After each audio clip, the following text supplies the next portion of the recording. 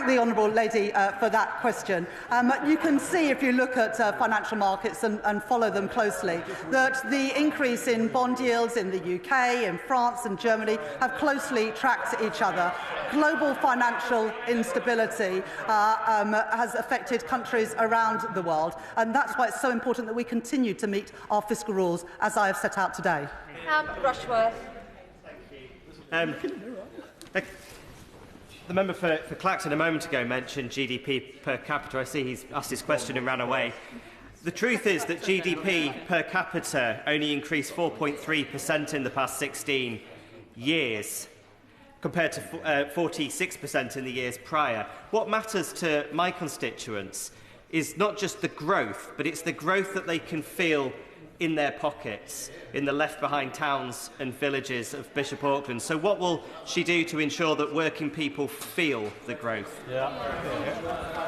My honourable friend is absolutely right, and this government wants people in Bishop Auckland and constituents across our country to feel the benefits of that growth, with good jobs, paying decent wages in all parts of the country. That's why we are increasing the national living wage. That's why we are making work pay, and that's why we are backing the builders, not the blockers, to create new jobs, new homes for families, new transport infrastructure, new energy infrastructure. And that's why the OBR today say that compared to the plans we inherited, real household disposable income per person is set to rise by £500 by the end of this Parliament, showing the difference that this government is making. Clynnis Meddy.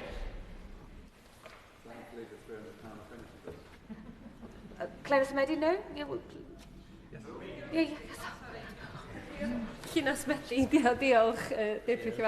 Wales has a higher percentage of disabled people and a large public sector workforce compared to the UK, and so will hit hardest by these cruel cuts. All this damaged by self-imposed fiscal rules. There have been 5 major changes to fiscal rules since 1997. Will the Chancellor now change them so she doesn't impose further austerity? Have it all. In the budget last year, we provided the biggest ever settlement for the Welsh Government, and yet Plaid voted against that. I don't understand why the honourable member doesn't want money to go to Wales and to her constituents. Holly Billington. Madam Deputy Speaker, I thank my right honourable friend for her statement, in particular her recognition of the excellent work of Labour-run Thanet District Council, building more social homes with local firms, employing local people, including local apprentices. The government's recent planning changes mean not only council homes for local people, but also growth. Can she confirm that the Office of Budget Responsibility has only scored the effect of the National Planning Policy Framework changes and not the upcoming Planning and Infrastructure Bill?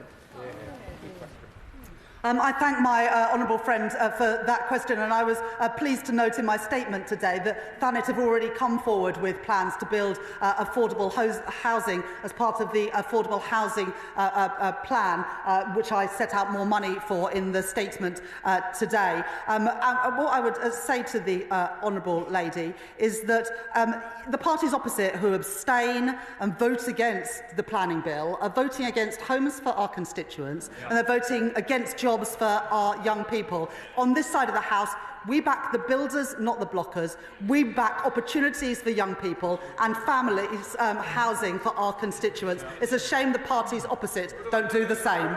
Graham Stewart. Madam Deputy Speaker, the Chancellor claimed that growth was a top priority, yet she's taken the fastest growing economy in the G7 and brought it to a shuddering halt. She promised there would be no tax rises, and next week's jobs tax will put tax rises on ordinary working people. And today she's cut the housing numbers by 200,000 and put up borrowing by £18 billion in the next 2 years. 18 billion. Isn't it time the Prime Minister invited the Chancellor next door and said, Rachel, you're fired?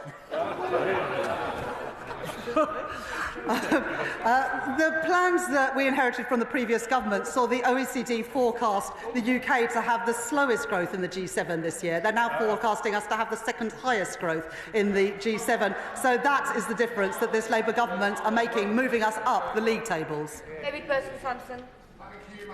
Speaker, and I thank the Chancellor and her team for the prudent work they are doing to restore stability to our economy. And this on top of figures showing that already wages are increasing in my constituency of Southend Western Leigh under this Labour government, and inflation is falling. Does my right honourable friend agree with me that this, alongside the new living wage worth £1,400 a year, will make work pay and will start to lift more people out of poverty? Thank you, Madam Deputy Speaker. I was pleased in the budget last year that I was able to announce a 6.7% increase in the national living wage, as well as a record increase in the youth rate of the minimum wage. That will help lift working people, working families out of poverty, alongside our Employment Rights Bill, which will ensure greater security for those who go out to work. Sarah Dyke. Deputy Speaker, growth is not on the lips of farmers whose confidence in the government is at a low ebb following the family farm tax, the abrupt closure of SFI and now the possible department cuts that could reduce the farming budget further. Charlie from Upton Bridge Farm in Long Sutton told me he's contemplating leaving his ground fallow due to the risk of a failed crop putting his farm further into debt. So will the Chancellor assure farmers in Glastonbury and Somerton and across the country that following the spending review, the government is still committed to championing British farming whilst protecting the environment? At the budget, we put record investment into our farming sector after being left plans by the previous government where they did not even use all of their farming budget. We're determined to give farmers the support that they need. Nestle Chaliska. Thank you very much, Speaker. Can I thank the Chancellor for her statement? I represent Barking, where she will know has some of the highest figures for deprivation in the country. And 20% of working adults there have no qualifications whatsoever. Does she agree with me that only through getting people the qualifications they need, creating jobs, can they ever improve their life chances?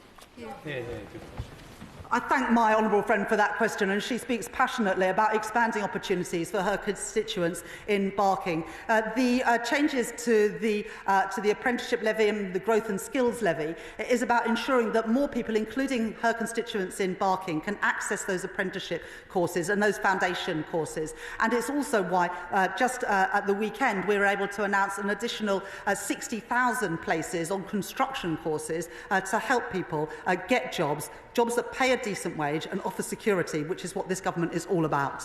David Reid. Thank you, Madam Deputy Speaker.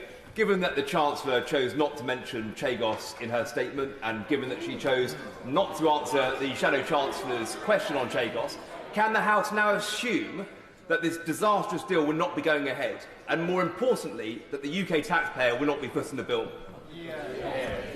Well, as the honourable gentlemen know, our Prime Minister and President Trump discussed these issues when our Prime Minister was at the White House recently. We continue to work on those plans. The most important thing is that we protect our national security and can continue to operate out of that important base. Neil Duncan-Jordan. Speaker, point 1.14 in the OBR report outlines that the planned cuts to disability benefits will reduce personal independent payments for 800,000 claimants and cut health-related universal credit for 3 million families. Isn't it time we ask those with the broadest shoulders to carry the heaviest burden rather than the poorest in our society?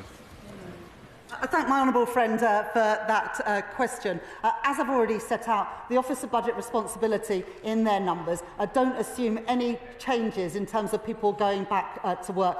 That's what we're going to work on with the OBR, DWP and Treasury over the summer, so that we develop those plans to ensure that people aren't worse off, but they're actually better off because they can progress into jobs that suits their abilities and needs, because we want more people to have the fulfilment of a good job with security that pays a decent wage. Alex Brewer. Thank you, Madam Deputy Speaker. In a statement with significant problems, I do welcome the Chancellor's commitment to better military homes, which the Liberal Democrats have been calling for. Will the Chancellor clarify how much, by when, and will this include RAF Odium in my constituency of North East Hampshire, or is it just for those constituencies she listed which happen to have Labour MPs? We support military families wherever they are based in the United Kingdom, and we will set out more detail in the spending review.